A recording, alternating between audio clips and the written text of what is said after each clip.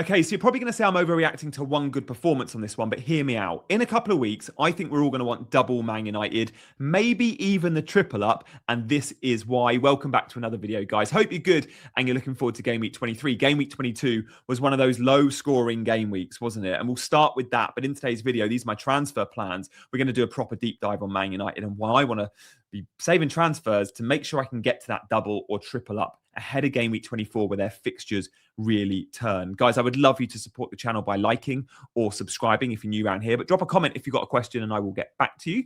Let's start though with my game week 22 points. I mean, what a poor week this was. It felt like there was a lot of meh game weeks. Thank goodness for my defense. 19 points from three defenders there, and Raya, Gabriel, and Mukiele. Virgil van Dijk continues to disappoint. Liverpool just let me down time and again. Szoboszlai misses the penalty. Virgil van Dijk has a late clean sheet wipeout, and Ekitike misses 1,000 chances. Just so poor. Are they sells? Probably. The fixtures aren't great now. We've always said we're Liverpool. Burnley's the fixture. You get your points. That hasn't happened. They're not emergency sells, though, and that's the problem. I've got a lot of players I dislike. But I don't know how many I feel like they're an immediate fire I need to put out, and we'll talk about that in a second. But that Saka benched, came on, looked good, but 1 point. Foden off at half-time, 1 point. Lewis Miley, I shouldn't be relying on him, but he was sub-2. He needed a rest. He's had a lot of minutes. Enzo was my transfer in. That worked out. I sold Cunha, but Enzo, I'm glad to be on Chelsea nice and early.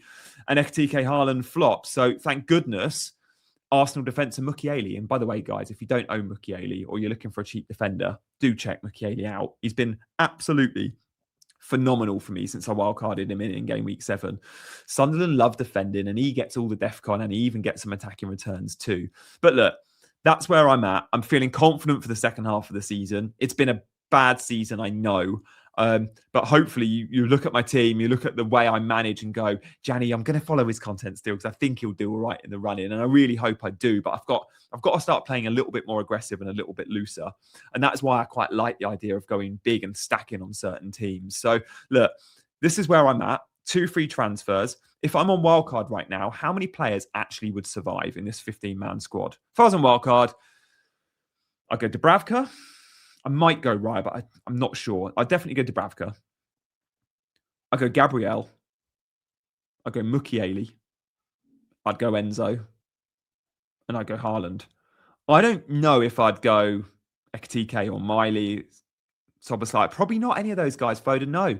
I'd only have 5. So am I going to wildcard in game week 24? Probably not, but I will have 3 transfers to make, so I'll get closer to a wildcard-looking team.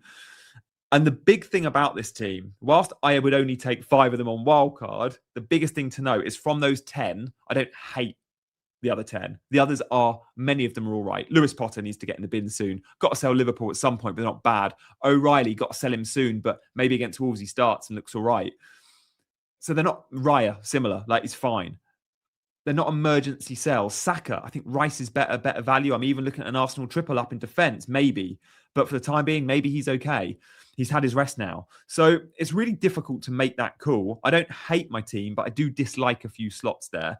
But I think as soon as I get a sprinkling of Man United and a bit more Chelsea in there, come game week 24, it could look very, very good. So this is my thinking, guys. Hear me out. I'm going to address Man United first and foremost. They do play Arsenal away. That is the toughest fixture in the calendar.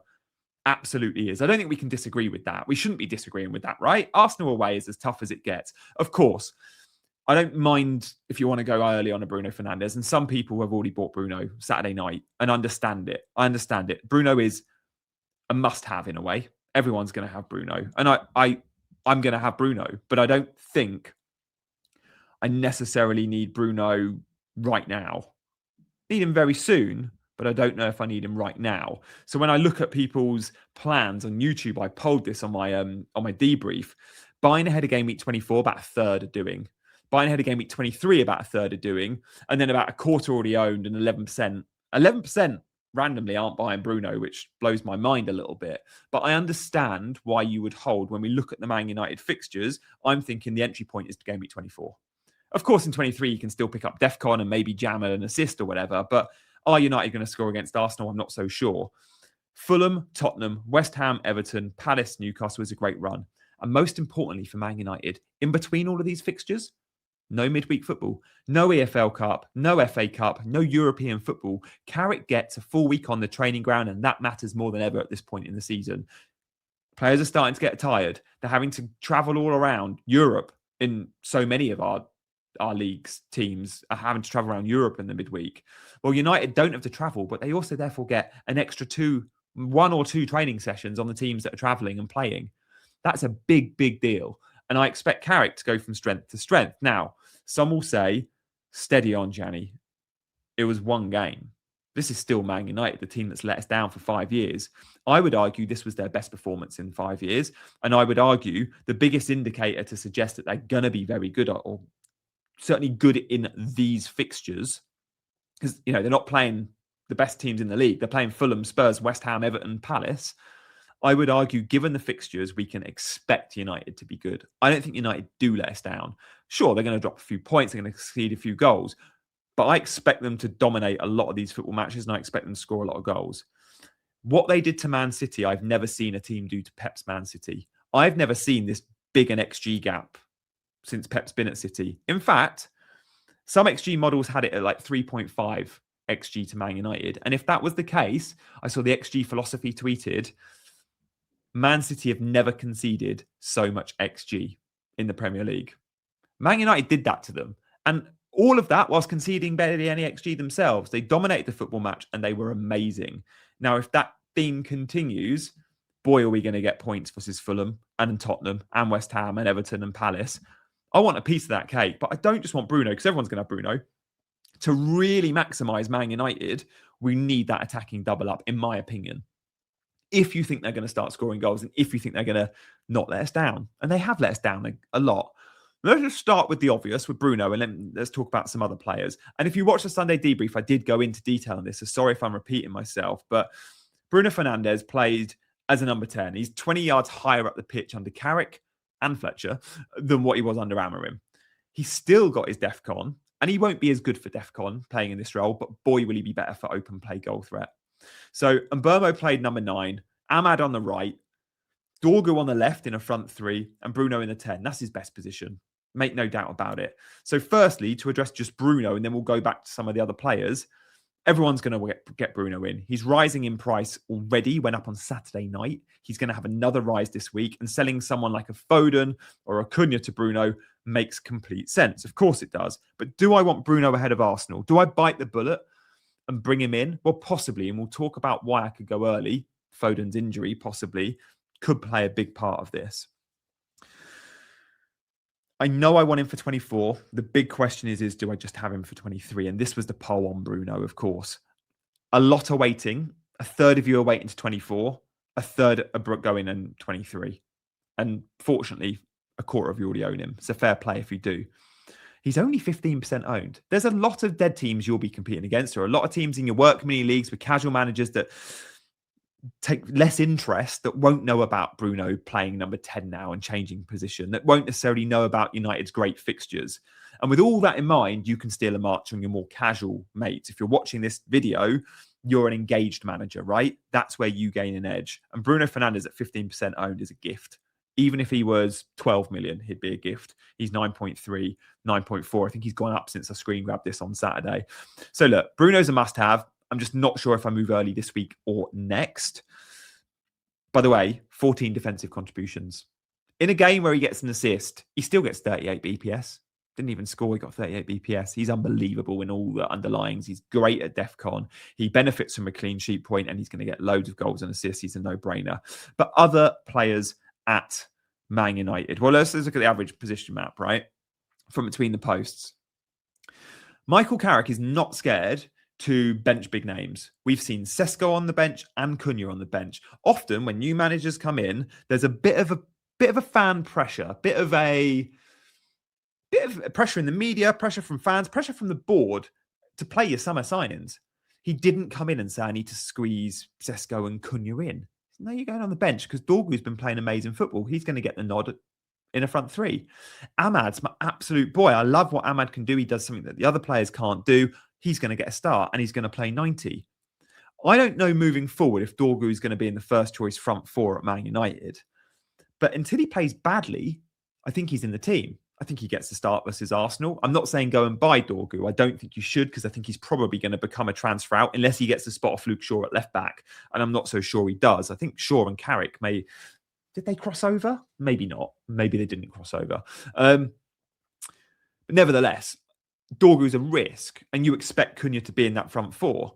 But what was really interesting was Mbeumo number 9, because he's a lethal finisher, a better finisher than Sesko, a better finisher than Cunha, and he can play that role. But it was that Ahmad played in the Mbeumo role. All season, we've seen Mbeumo playing where Ahmad played. When we watched Brentford, that's the Mbeumo role. And it's also the Ahmad role. And Ahmad got the nod there with Mbeumo playing number 9. Ahmad's been playing wing back, and he's been really high and wide, but he's not been quite this attacking. Ahmad is a really, really interesting FPL option. And Mbeumo is too, but Mbeumo costs a couple million more than Ahmad. The big question on Ahmad will be, does he continue to start? I absolutely think he does. I absolutely think Ahmad starts. Before he went to AFCON, and this was under Amorim, game weeks, what have I got here? Game week 10 to game week 16, 90 in every one. Amorim loved him. Managers love him. He's versatile. He takes tactical instruction really well. Hence, they converted him from a front three player to a wing back, and he did a damn good job.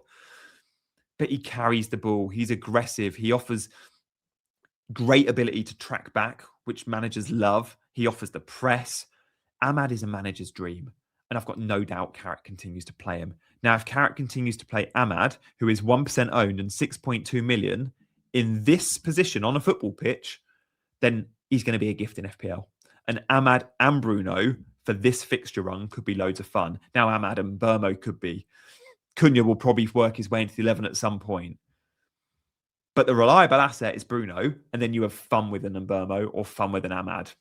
Save the 2 million and go Ahmad is where I'm at the moment. But let's see, if Mbeumo continues to play number 9 and money's not an issue, maybe I go Mbeumo. But by Fulham, I want that United attacking double up. I'm sure I do. I'm pretty damn sure I do. And that brings me to another thing. You're going to sound bonkers. I've never been United's biggest fan. I get comments being always being nice about United, as Gianni hates United. With the fixtures in mind, given the fact everyone's got Bruno, to get an edge you need 2, I've got some defensive headaches. I've got O'Reilly, needs to go at some point. Virgil needs to go at some point. Lewis Potter needs to go ASAP. Do I look at Man United defence? The plan was a Chelsea defender, right? The plan was a Chelsea defender. Chelsea got good fixtures too, and maybe I go to Chelsea. But Maguire's 4.3 million. A goal threat, other than Gabriel and Van Dijk, who's the best centre-back in the league at winning headers and scoring goals from attacking corners? Maguire. You got upside, possibly clean sheet opportunity versus the likes of Fulham, Spurs, West Ham and Everton. 2 clean sheets in 4, possible. Defcon's not bad. And he's 4.3 million. I could be looking at Man United triple up, guys. Look, I'm not looking at it this week. I'm not going to buy Maguire ahead of Arsenal, but I could be looking at it very, very soon. Now, De Ligt is injured, and I do think De Ligt comes back into the 11. Does he play with Maguire, or does De Ligt play with Martinez? Not so sure. Lissandro played so well against Haaland. I need to know more about De Ligt's injury. Unknown return date. It's a back injury at the moment. Let's assume he's out for a while. I could be looking at Maguire in 24. I just want to put that out there. Let's see if I say the same thing this time next week after they've lost 7-0 to Arsenal on next weekend. But as things stand, I'm really genuinely thinking about triple Arsenal. And look, there is the other thing I need to consider this week. Triple Man United's fine, but I don't want to be buying them now. What do I do if Phil Foden's injured? So let's talk Phil Foden. And guys, if you have enjoyed this so far, please do like and subscribe. It means a lot to anyone that's coming on late in the season and subscribing and watching my content. But if you've got a question, get back to me. And if you want to be a member for members only content, scan that QR code on screen or click the join button below. There's a WhatsApp group, which is always so much fun. Nice community we've built there. And yeah, we'd love you to check out membership if you want to. So look, Phil Foden. This was denied by Pep, that he hasn't broken a bone in his hand, but Pep would say that. Man City playing Europe, Bodo Glimt. I expect they rotate heavily. The benefit of them playing in Europe is we get an extra press conference. Pep's going to be asked about Foden. If the news on Foden isn't good and we don't see him in training ground pictures, and he doesn't look like he's going to play versus Wolves, then he's a sell. I'm selling Foden after Wolves anyway. I look at Man City and I look at their strength in depth now.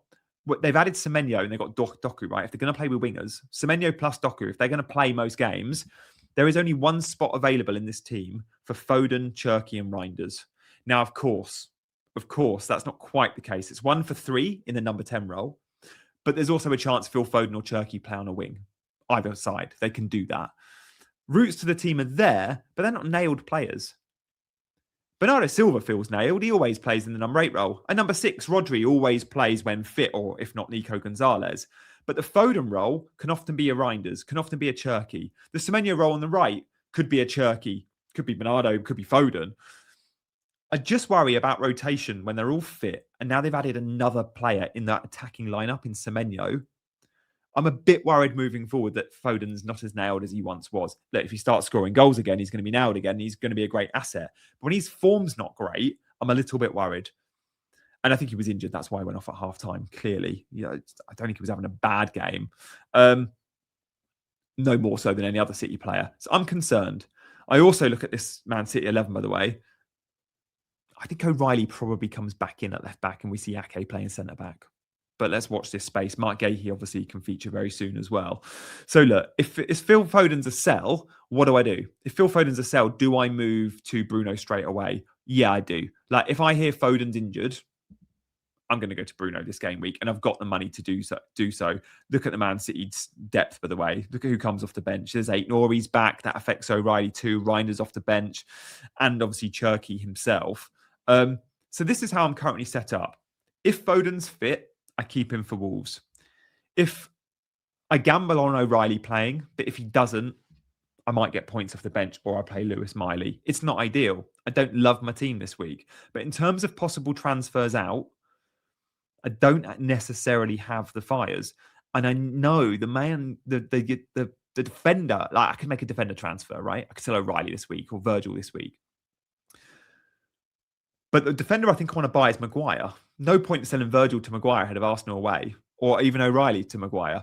What about a Chelsea defender? Palace away? Yeah, maybe I could go to a Chalobah, but Chelsea was so lucky to keep a clean sheet against Brentford. They're looking rocky at the back under Rosenior, quite frankly. Quite fun in attack, rocky at the back Chelsea under Rosenior. I can't see me making a defensive transfer. I want to wait till game week 24 with an extra transfer or two and go, okay, now it's time for Maguire. Or maybe not, but a different defender. Or maybe now it's time for a Chelsea defender in 24, where it's an even better fixture run ahead. Give myself a week to make that call. And then I can sell a Lewis Potter or a Virgil van Dijk or an O'Reilly. Szoboszlai, Saka, Foden, Enzo, if they're all fit, they're going to play, right? Given Ekitike Bournemouth, who often have a go and leave spaces. Bournemouth, Liverpool on the opening day of the season. That Friday night was so fun, end to end. Could be the same at the Vitality. Surely Ekitike comes good at some point. So that's where I'm at. If Foden's injured, I sell him to Bruno, even ahead of the Arsenal fixture. If he's not, I give him one more week, and I have 3 free transfers ahead of game week 24, and I maybe go triple United or double United and 1 Chelsea with those 3 transfers. I'll definitely be using my full quota of transfers, of 3 transfers, if I've got them, in game week 24. That's when there's a bit of a shift. You need to be able to go big on Chelsea and Man United. They're the 2, I think, in 24. We can start to offload Liverpool. We can start to offload City. A wild card's not completely out of the question either for me, by the way. Captaincy, we need to start having more of a debate every week, don't we? We can't just keep going Haaland, especially off the back of what? In the last 5, 4 2-pointers and 1 6-pointer. This isn't the week to have that conversation. But in game week 24, 25, that's again why we want to buy Bruno. We'll probably be captaining him over Haaland. His fixtures are very nice. That's where I'm at, guys. They're my early thoughts. If you've enjoyed the video, show some love for it. And I'll see you later in the week for way more content. Take care, bye, guys. Bye-bye.